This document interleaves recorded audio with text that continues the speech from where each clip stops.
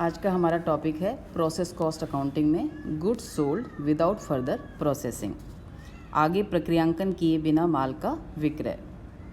कुछ उद्योगों में एक प्रक्रिया में निर्मित माल की प्रकृति इस प्रकार की होती है कि चाहे तो उसका आगे प्रक्रियांकन करें और चाहे उसे उसी रूप में बाजार में बेच देवें। यदि प्रक्रिया में निर्मित माल का कोई भाग उसी रूप में बेच दिया जाता है तो पहले उस प्रक्रिया में निर्मित कुल इकाइयों की लागत ज्ञात करके प्रति इकाई लागत ज्ञात की जाती है। वर्ष के अंत में प्रक्रिया में शेष स्टॉक एवं अगली प्रक्रिया में हस्तांतरित इकाइयों की लागत इसी दर से ज्ञात की जाएगी। बेची गई इकाइयों को प्रक्रिया खाते के क्रेडिट में विक्रय राशि पर दिखाया जाता है। इससे क्रेडिट पक्ष की राशि का योग डेबिट पक्ष से अधिक हो जाता है, जो बेची गई इकाइयों पर लाभ प्रकट करता है। अतः इस प्रकार की लाभ की राशि को प्रक्रिया खाते में क्रेडिट पक्ष में दिखाते हैं। मतलब यदि कोई प्रोसेस इस प्रकार का है, किसी प्रोसेस का प्रोडक्ट इस प्रकार का है जिसकी बाज़ार में मांग है, यानी जिसे फर्दर प्रोसेस किए बिना भी बेचा जा सकता है, तो इस तरीके का माल को प्रोसेस चाहे तो पूरा अगले प्रोसेस में ट्रांसफ़र ना करके उसका कुछ हिस्सा मार्केट में भी बेचा जा सकता है, यदि उस पर लाभ मिल रहा हो या फिर उसकी डिमांड हो। तो इस स्थिति के अंदर फर्दर प्रोसेस किए बिना भी हम माल को बेच सकते हैं। यदि ऐसा किया जा रहा है तो उससे संबंधित जितना भी माल हम फर्दर प्रोसेस के बिना बेच रहे हैं उस माल को हम ट्रांसफ़र करेंगे कॉस्टिंग P&L में, यानी जितना हिस्सा हमने नेक्स्ट प्रोसेस में ट्रांसफ़र किया है वो नेक्स्ट प्रोसेस के नाम से आ जाएगा, और जितना पैसा हम डायरेक्ट सेल कर रहे हैं, जितना डायरेक्ट मार्केट में बेच रहे हैं, उसको हम ट्रांसफ़र करेंगे costing profit and loss account में, जहाँ पर इसकी कॉस्ट दिखाई जाएगी डेबिट साइड में और इसका विक्रय मूल्य दिखाया जाएगा क्रेडिट साइड में। इसकी कॉस्ट उसी तरह से निकाली जाएगी जिस तरह से हम एबनॉर्मल कॉस्ट की वैल्यू निकालते हैं। तो कॉस्ट ऑफ यूनिट, चाहे आपको एबनॉर्मल लॉस की निकालनी हो, चाहे एबनॉर्मल गेन की निकालनी हो, क्लोजिंग स्टॉक की निकालनी हो, चाहे जो माल बेचा है उसकी लागत निकालनी हो, किसी की भी लागत निकालनी हो, हमारी कॉस्ट पर यूनिट वैसे ही निकलेगी। डेबिट में जितना भी हमने कॉस्ट है, टोटल कॉस्ट जितना खर्चा हमने किया है वो minus sales value of normal loss divided by कितनी यूनिट्स है माइनस नॉर्मल लॉस की यूनिट्स, इससे निकल जाती है हमारी पर यूनिट कॉस्ट, जिससे हम इन सभी की लागत को ज्ञात करते हैं। अब हम एक एग्जाम्पल लेके देखेंगे कि इसको हम किस तरीके से सॉल्व करके दिखाएंगे। यहाँ पर दे रखा है एक उत्पाद, 3 प्रक्रियाएं दे रखी हैं, इसमें A, B, C से गुजरता है। वर्ष 2016-17 में तीनों प्रक्रियाओं पर किए गए व्ययों का विवरण निम्न प्रकार है।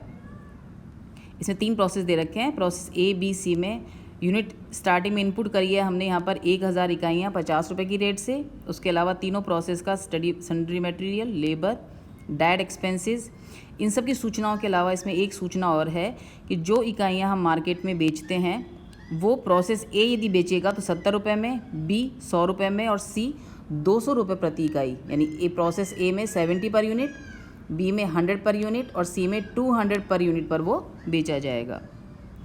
तीनों प्रक्रियाओं का वास्तविक उत्पादन जो एक्चुअल प्रोडक्शन हमारा हुआ है वो प्रोसेस A में हुआ है 930 इकाइयों का, प्रोसेस B में 540 यूनिट्स का, प्रोसेस C में 210 यूनिट्स का। प्रोसेस A अपने प्रोडक्शन का 2/3 ट्रांसफ़र करता है प्रोसेस B को और B अपने प्रोसेस का 1/2 ट्रांसफ़र करता है प्रोसेस C को। रिमेनिंग जो बचेगा, यानी प्रोसेस A अपने प्रोडक्शन का 1/3 और प्रोसेस B अपने प्रोडक्शन का 1/2 डायरेक्ट मार्केट में बेच देते हैं। प्रोसेस C चूँकि तुम्हारा अंतिम प्रोसेस है, यहाँ के सारा माल वैसे भी फिनिश गुड्स में ट्रांसफ़र होकर बेचा ही जाता है, तो यहाँ पर भी प्रोसेस C ने अपनी सारी इकाइयों को मार्केट में बेच दिया है। तीनों प्रोसेस में जो नॉर्मल लॉस का परसेंटेज हमने तय किया है वो प्रोसेस A के लिए है 5%, प्रोसेस B के लिए है 15% और प्रोसेस C के लिए 20%। नॉर्मल लॉस के रूप में जो इकाइयाँ हमें प्राप्त होंगी उसमें प्रोसेस A की इकाइयाँ ₹1 पर यूनिट की रेट से, प्रोसेस B की 3 पर यूनिट की रेट पे और प्रोसेस C की 6 पर यूनिट की रेट पर बेची जा सकती है। इन सूचनाओं के अलावा एक सूचना और है, वर्षों में विक्रय एवं वितरण व्यय यानी सेलिंग एंड डिस्ट्रीब्यूशन एक्सपेंसेस दे रखे हमें 9000 रुपये थे। यह किसी भी आधार पर प्रक्रिया खाते में आवंटित नहीं किए गए, यानी इन्हें प्रोसेस में ट्रांसफ़र नहीं किया गया है, तो इसे फिर हम दिखाएंगे कॉस्टिंग P&L अकाउंट के डेबिट साइड। इन बातों को ध्यान रखते हुए हम शुरू करते हैं। सबसे पहले बनाएंगे हम process A account. Process A में सबसे पहले आ जाएगा हमारा टू कॉस्ट ऑफ इनपुट। जो हमने इनपुट किया है वो है हमारा यहाँ पर 1000 इकाइयाँ, जिसकी रेट है हमारी 50 पर यूनिट, तो ये आ जाएगा हमारा 50,000। टू सन्ड्री मटीरियल, यह आ जाएगा हमारा 1,000 रुपये। टू लेबर, लेबर आ जाएगा हमारा यहाँ पर 2,600 रुपीज़। टू डायरेक्ट एक्सपेंसेस, यहाँ पर आ जाएंगे हमारे 600 रुपीज़। डायरेक्ट एक्सपेंसेस हैं हमारे यहाँ पर 600 रुपीज़। अब हम निकालेंगे इसका नॉर्मल लॉस। नॉर्मल लॉस दे रखा है इसमें, इनपुट का है 5%। प्रोसेस ए ने जो मान लगाया है नॉर्मल लॉस का है वो इनपुट का 5%। यहाँ पर नॉर्मल लॉस की इकाइयाँ निकालेंगे हम।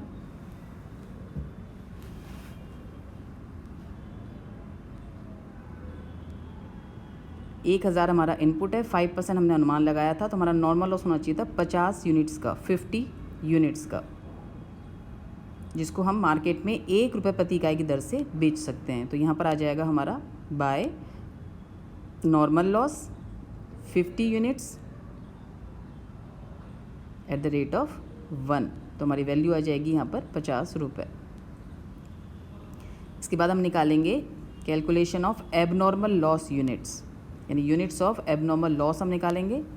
तो उसमें हम पहले निकालेंगे एस्टिमेटेड प्रोडक्शन, हमने कितने का अनुमान लगाया था, यानी कितना प्रोडक्शन टू बी प्रोड्यूस कितना होना चाहिए था। तो 1,000 इनपुट था, 50 का नॉर्मल लॉस हमने अनुमान लगाया था, तो हमारे अकॉर्डिंग 950 इकाइयों का हमारा प्रोडक्शन होना चाहिए था, ये हमारा अनुमान था।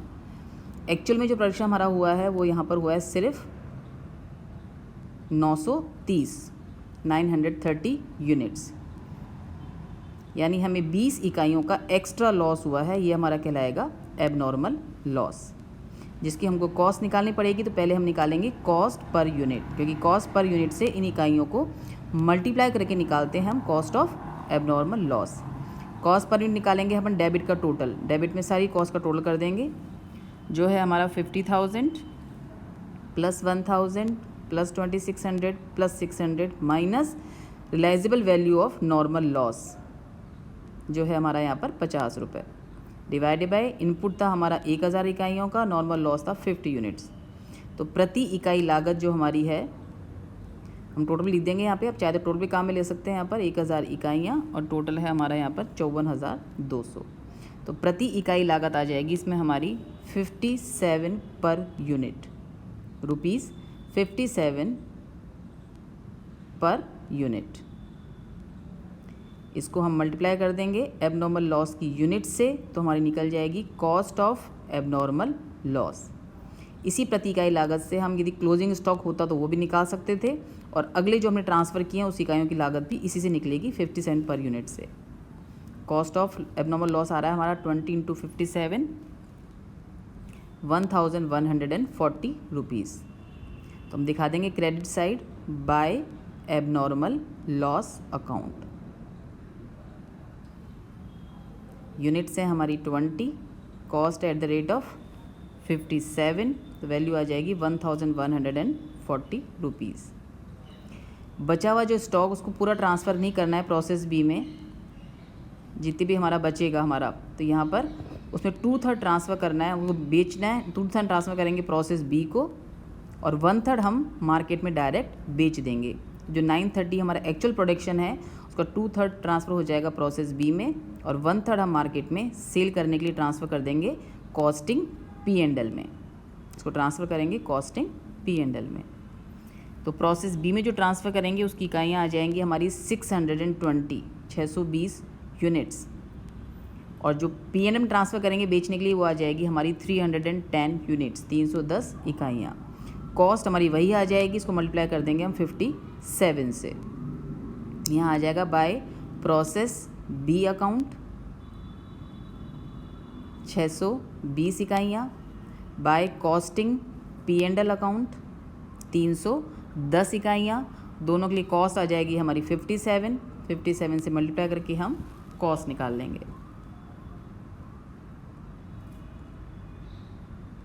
तो यह आ जाएगा प्रोसेस बी में हमने ट्रांसफ़र किए हैं 620 इकाइयाँ, 35,340,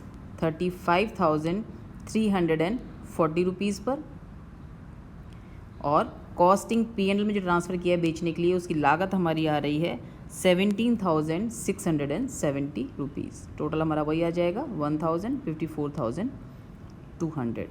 ऐसे बनेगा हमारा प्रोसेस ए अकाउंट। इसके बाद हम बनाएंगे process B account. Process B में सबसे पहले आएगा जो हमने प्रोसेस ए से ट्रांसफ़र किया है, तो आ जाएगा to process A account.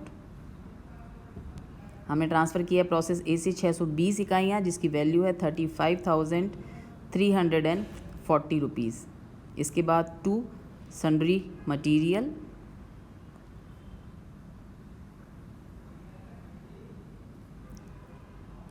To labour and to direct expenses. तीनों जो फर्दर कॉस्ट हमने इंट्रोड्यूस किए वो इसमें आ जाएगी डेबिट साइड। मटेरियल है हमारा 1,500, लेबर है हमारी 8,000 और एक्सपेंसेस है 1,815। प्रोसेस बी में हमने नॉर्मल लॉस का जो अनुमान लगाया था वो था हमारा 15% ऑफ इनपुट, जो बिकेगा मार्केट में ₹3 प्रति इकाई की दर से। तो हम पहले निकालेंगे नॉर्मल लॉस की इकाइयाँ। तो नॉर्मल लॉस की हमारी इकाइयाँ आ जाएंगी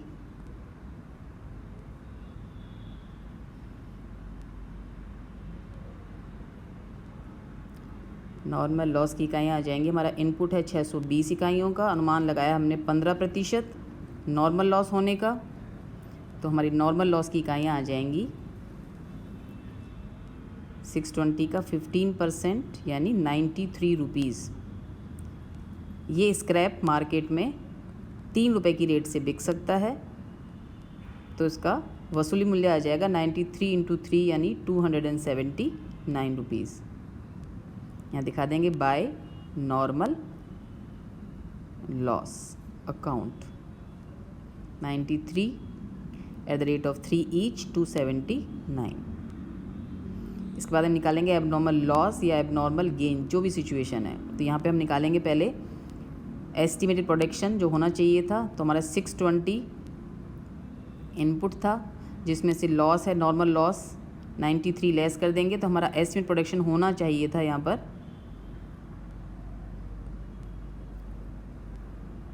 टू बी प्रोड्यूस, यानी कितनी इकाइयाँ हमारी होनी चाहिए थी, जो अनुमान था हमारा वो हमारे अकॉर्डिंग होना चाहिए था यहाँ पे प्रोडक्शन 527 यूनिट्स का, जबकि एक्चुअली में यहाँ जो प्रोडक्शन हुआ है वो हुआ है 540 यूनिट्स का। तो यहाँ पे चूँकि हमारा प्रोडक्शन ज़्यादा हो रहा है तो यहाँ पे हमें लाभ हो रहा है, गेन हो रहा है, तो ये हमारा कहलाएगा एबनॉर्मल गेन या एबनॉर्मल इफेक्टिव, जो हम निकाल लेंगे। एबनॉर्मल गेन हमारा आ जाएगा 540 माइनस 527 यूनिट्स, यानी ये आ जाएगा हमारा 13 इकाइयों का 13 यूनिट्स। इसकी भी वही कॉस्ट निकालेंगे अपन, कॉस्ट पर यूनिट से मल्टीप्लाई करके कॉस्ट पर यूनिट निकालेंगे। डेबिट की सारी कॉस्ट का टोटल, तो डेबिट में दिखा रखा है हमने 35,340 प्लस 1,500 प्लस 8,000 माइनस 1,815 माइनस 279 जो विक्रय मूल्य है नॉर्मल लॉस का, डिवाइडेड बाय इनपुट था हमारा 620 यूनिट्स का माइनस नॉर्मल लॉस था हमारा 93। तो कॉस्ट पर यूनिट हम निकालेंगे,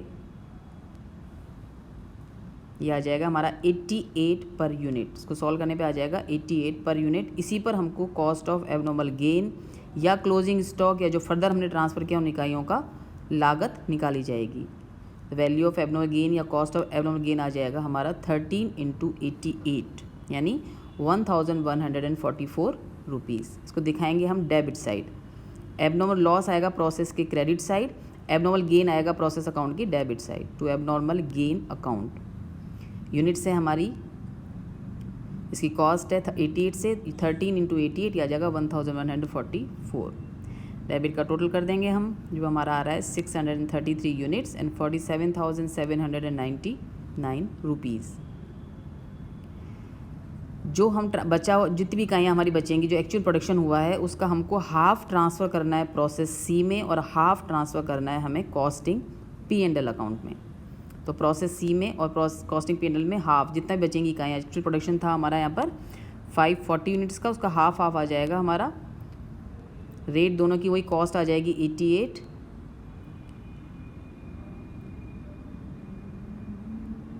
तो ट्रांसफ़र टू प्रोसेस सी आ जाएगा हमारा 540 का हाफ, यानी 270 यूनिट्स। और transfer to P and L, costing P and L में भी बेचने के लिए ट्रांसफ़र करेंगे, उसकी इकाइयों की लागत हमारी सेम, इकाइयाँ भी सेम आ जाएंगी हमारी 270 यूनिट्स। दोनों की कॉस्ट हम करेंगे 88 पर यूनिट से, तो 270 यूनिट से, और कॉस्ट आ जाएगी हमारी 23,760 रुपीज़। टोटल हमारा वही सेम आ जाएगा जो डेबिट का आया था, 633 यूनिट्स 47,799 रुपीज़। अब हम बनाएंगे प्रोसेस सी अकाउंट, जो हमारा फाइनल प्रोसेस अकाउंट है। सबसे पहले टू प्रोसेस बी अकाउंट जो हमने ट्रांसफ़र किया है, 270 यूनिट्स है, कॉस्ट उसकी 88 है, वैल्यू आ जाएगी 23,760 रुपीज़। इसके बाद टू सन्ड्री मटीरियल, जो हमने एक्स्ट्रा माल लगाया है इसके प्रोसेस के लिए, to labour, to direct expenses. ये जो फर्दर कॉस्ट हमने इसमें ऐड की है उसको हम दिखा देंगे डेबिट साइड।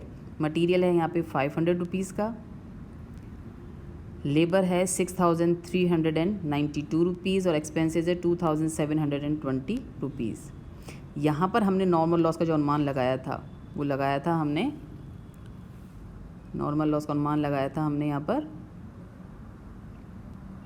20% ऑफ यूनिट्स, जो 6 रुपीज़ पर यूनिट की रेट पर बेचा जा सकता है। तो यहाँ पर हमारी नॉर्मल लॉस की इकाइयाँ आ जाएंगी। इनपुट है हमारा यहाँ पर, इसको वर्किंग नोट में सॉल्व करेंगे हम।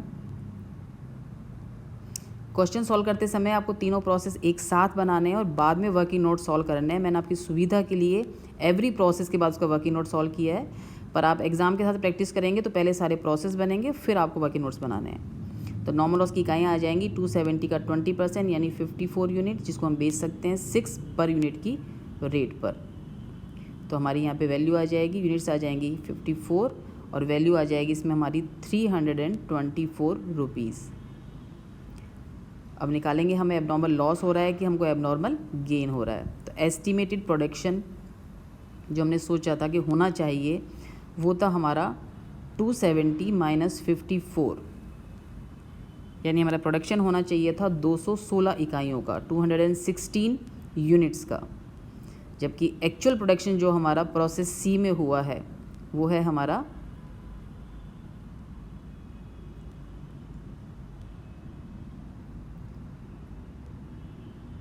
एक्चुअल प्रोडक्शन है यहाँ पर हमारा 210 यूनिट्स। तो यहाँ पर हमको लॉस हो रहा है 6 इकाइयों का, ये हमारा कहलाएगा abnormal loss. 216 units minus 210 units, तो हमको लॉस हो गया 6 यूनिट्स का, जिसके लिए फिर हमको वही कॉस्ट ऑफ एबनॉर्मल लॉस निकालने के लिए कॉस्ट पर यूनिट निकालनी पड़ेगी।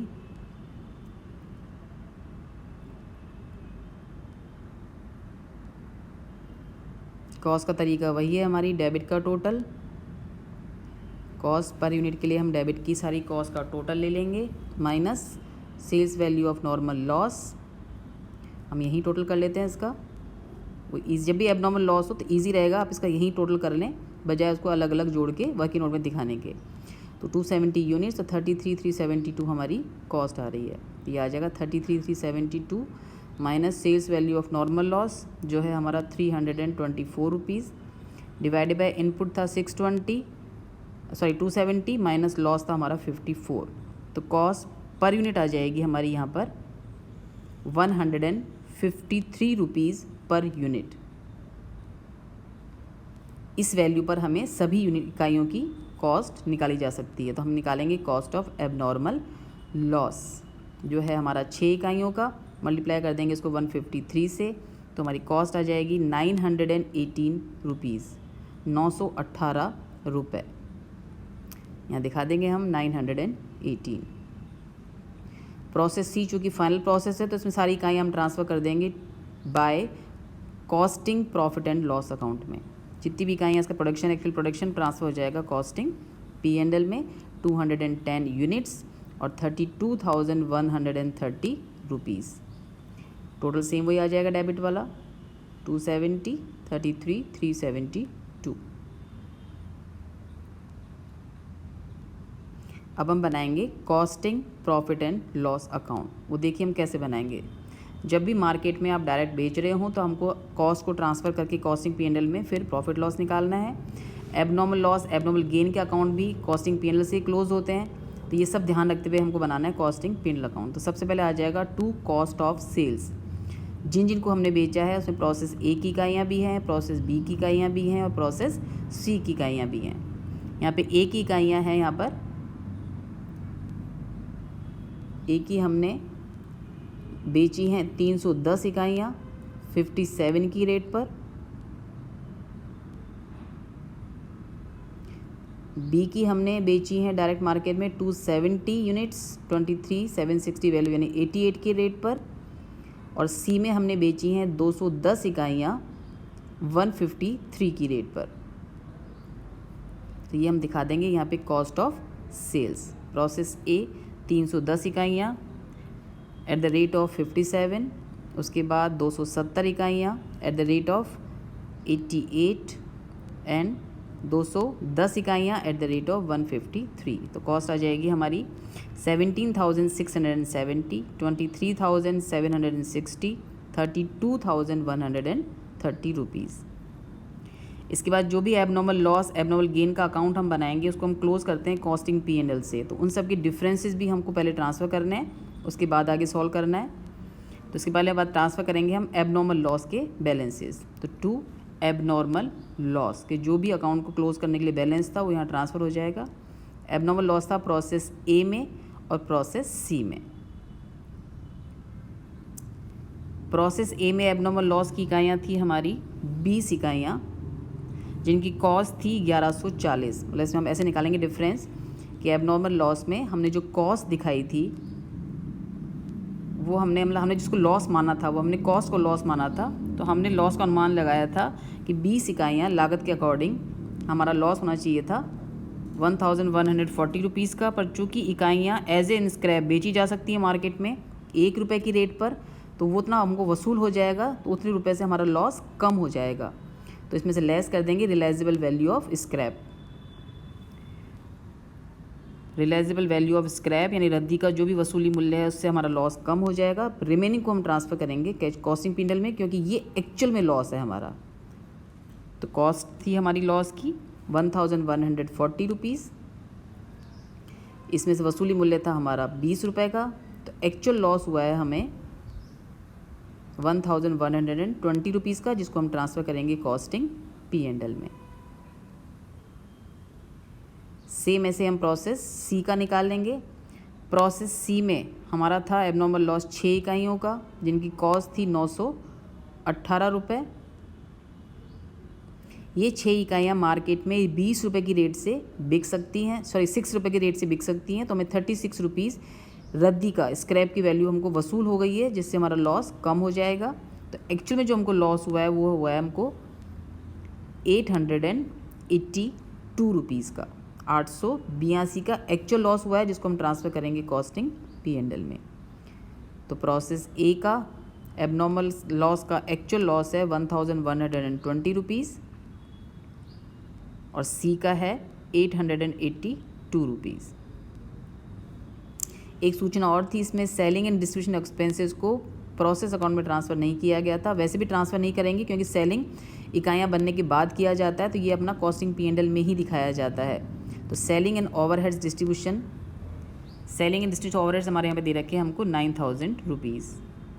अब इकाइयों को हमने जो बेचा है उसका विक्रम दिखा देंगे क्रेडिट साइड बाय सेल्स। तो प्रोसेस ए की इकाइयाँ बिकी हैं यहाँ पर, बी की 270 यूनिट्स बेची है हमने और सी की बेची हमने 210 इकाइयाँ। इनका जो विक्रय मूल्य है 310, 270 एंड 210, इनका जो विक्रय मूल्य है मार्केट में वो था हमारा प्रोसेस ए के लिए 70, बी के लिए 100 एंड सी के लिए 200। 70, 100 एंड 200। तो ये हमारा विक्रय मूल्य आ जाएगा ए के लिए 21,700, बी का 27,000, सी का 42,000। अब एबनॉर्मल गेन अकाउंट का भी जो बैलेंस है वो ट्रांसफ़र होगा कॉस्टिंग P&L में, तो वो भी हम यहाँ ट्रांसफ़र कर देंगे। तो बाय आ जाएगा एबनॉर्मल गेन का जो डिफरेंस है वो भी यहीं पर आ जाएगा हमारा। एबनॉर्मल गेन की हमारी इकाइयाँ थी 13, उसकी कॉस्ट थी 88 और विक्रय मूल्य था 3। चाहे तो हम ऐसे भी निकाल सकते हैं 13 इंटू 88 - 3, या फिर 13 इंटू 88 - 13 इंटू 3 भी हम सॉल्व करके निकाल सकते हैं। तो इसका जो बैलेंस है वो हमारा आ रहा है 1105 रुपीज़। क्रेडिट का टोटल हमारा आ जाएगा 91,805, जिसमें से डेबिट की कॉस्ट को हम लेस कर देंगे तो हमारा नेट प्रॉफिट आ जाएगा 7,000। नेट प्रॉफिट आ जाएगा हमारा 7,243 रुपीज़ और टोटल आ जाएगा। तो इस तरह से हमको प्रोसेस अकाउंट के अंदर एडजस्टमेंट करने हैं कॉस्टिंग P&L बना के, तब जब हम फर्दर प्रोसेस किए बिना भी मार्केट में डायरेक्ट सेल्स कर रहे हों। तो कॉस्टिंग P&L में जितनी भी इकाइयाँ बेची हैं उसकी कॉस्ट आएगी, सेल्स वैल्यू, एबनॉर्मल लॉस और गेन के बैलेंसेस ट्रांसफ़र करेंगे, कोई एक्सपेंसेस ट्रांसफ़र के हम नेट प्रॉफिट